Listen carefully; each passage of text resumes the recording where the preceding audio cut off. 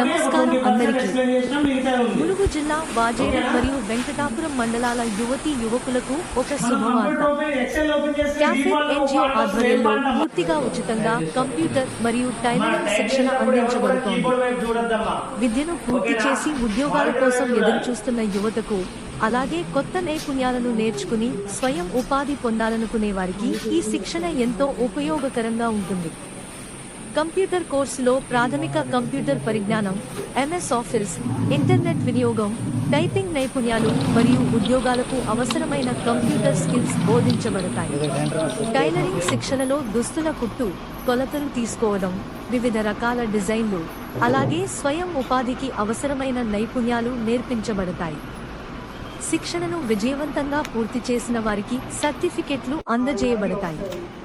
ప్రతిభ కనబరిచిన వారికి స్వయం ఉపాధి దిశగా అవసరమైన మార్గదర్శకత్వం కూడా అందించబడుతుంది.